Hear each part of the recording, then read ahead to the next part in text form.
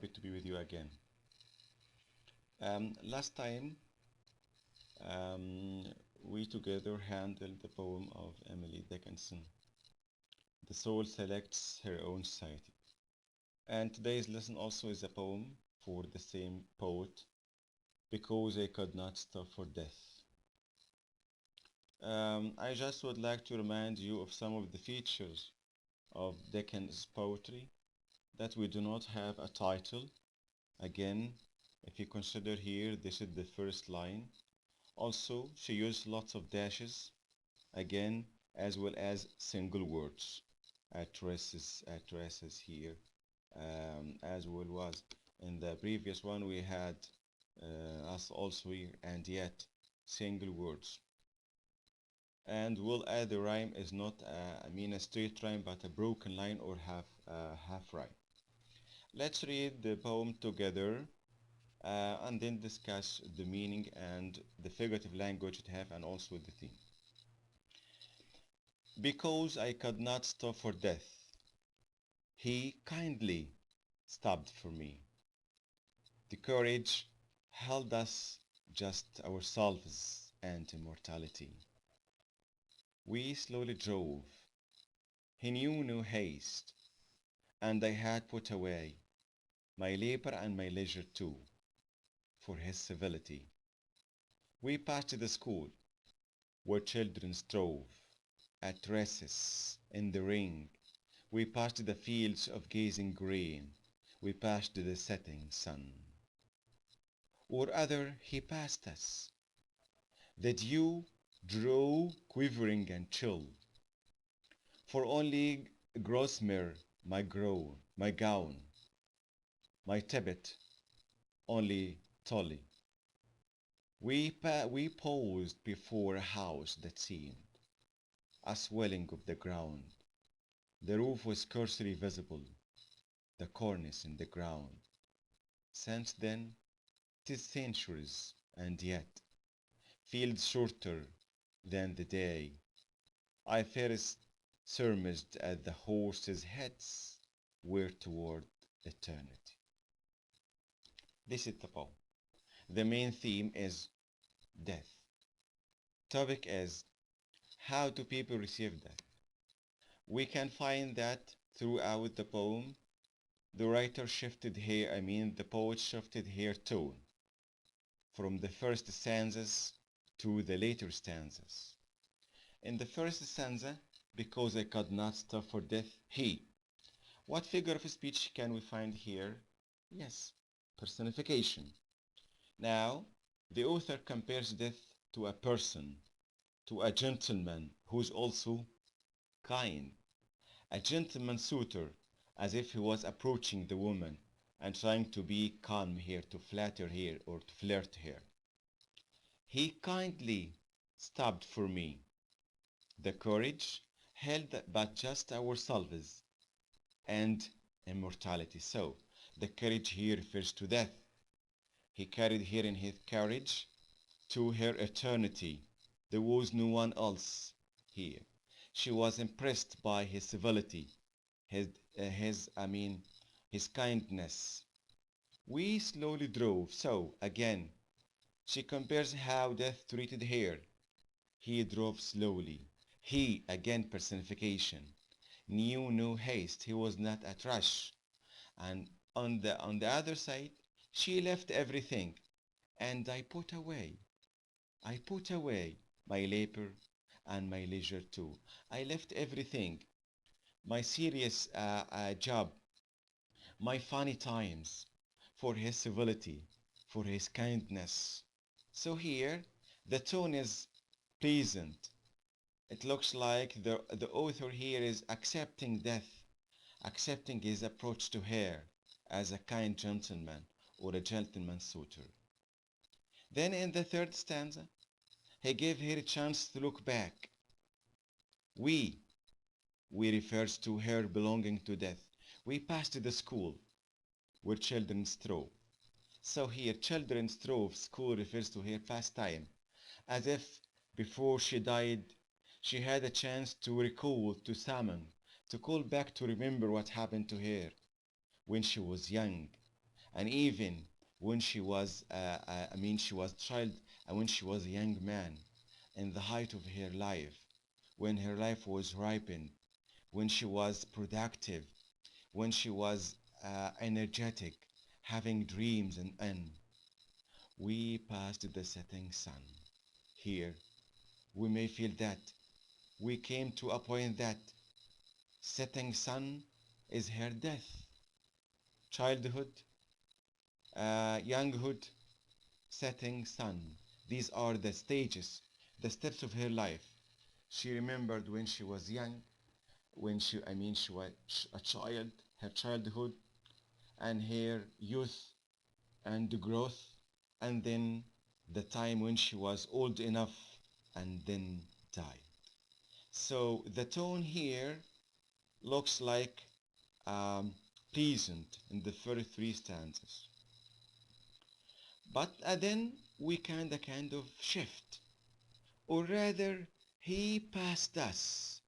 No, it was not me who went through these events of my life. No, but he took me on a round. Then things began to change. Quivering and chill, I began to feel that my clothes, my gown is not suitable. As if in the beginning, because she was affectionate, she went on a night dress. She did not pay attention to what was she wearing. Okay, the clothes were not suitable to go out with the gentleman or with death, because she was affectionate and she was attractive. But when she began to write that she was feeling cold, shivering, quivering, and the clothes were light, were not enough, she here was shocked that it's not a normal situation. It's not a normal going out. No, there is something fishy about this. This man is not the normal gentleman who meets a woman.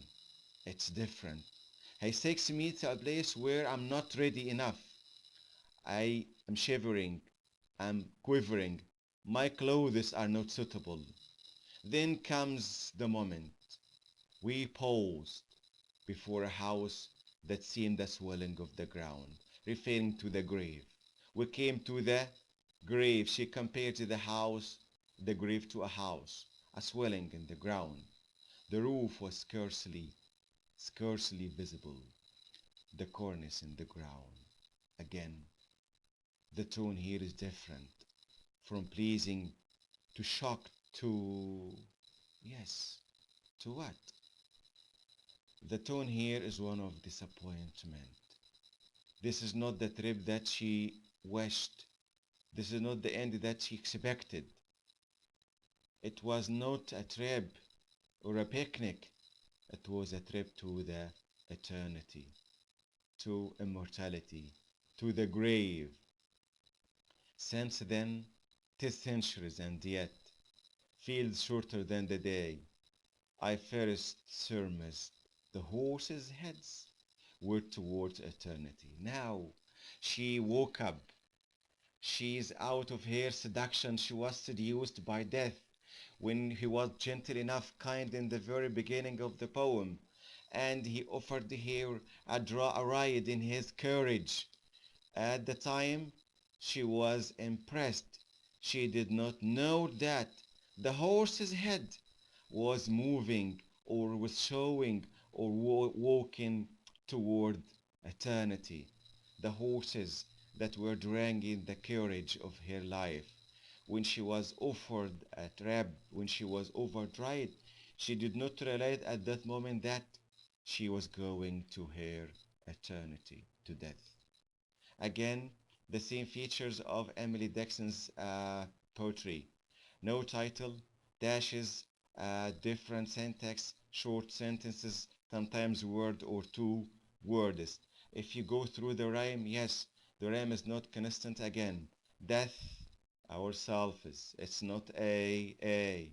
Me, eternity here could be B, so A, B, C, B, haste away to civility. So again, A, B, C, B, strove, ring, green, sun again. Strove, A. Ring, B. Green, C. Sun, D. So here it does not go the same. So the rhyme here is not the same. So again, these are some of the features of Dickens' poetry. Together, let's go through these couple of questions. Use text evidence to analyze the poem and explain what death is being compared to. The speaker compares death to a person. In lines 2 and 3, she describes death as a stopping with the courage to offer her a ride. In lines 2 and line 8, she attributes the human characteristic of kindness and civility to death. Yes, she described death as kind and as civil. Explain how Dickens' personification of death affected the meaning of the poem. The personification of death as polite and non-threatening suggested that people need not fear of death. There is no need to feel afraid of death. Death is gentle and polite. This was, by the way, at the very beginning. Then let's go to interpret the third stanza. The third stanza, this one. We passed the school where children strove. So here, both as reminders of life stages. The school is a reminder of childhood. The fields and the grains are a reminder of growth, change, productivity that represent becoming and being an adult. Great.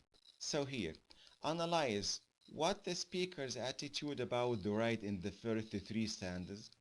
How did the speaker perception of what is happening to her change in the fourth stanza? Yes, in the first three stanzas, the speaker's attitude is intrigued, affectionate, flattered, and pleased. The speaker's attitude becomes more somber and apprehensive.